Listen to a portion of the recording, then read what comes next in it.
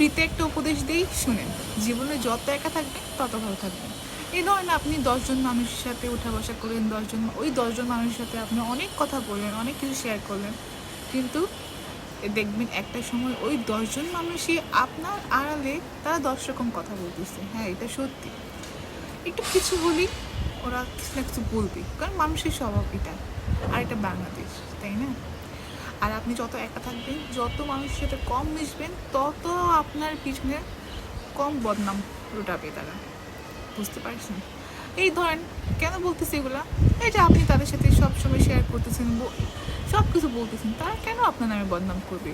তো এর থেকে ভালো না কারোর সাথে না মিশা, কারোর সাথে উঠা বসা না করা। আমরা তো একাই থাকি, তাই না? পৃথিবীতে একাই এসেছি, একাই যাব। কে কয়জন থাকে দুঃখের সময়, কেই বা জানে, তাই না?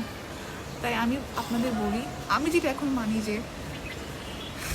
যেটা আমি এখন বর্তমানে মানি, সেটা হচ্ছে যত একা থাকা যায়, যত নিজের গোপন কথা, সুখের কথা, দুঃখের কথা যত নিজের কাছে রাখা যায় তত ভালো।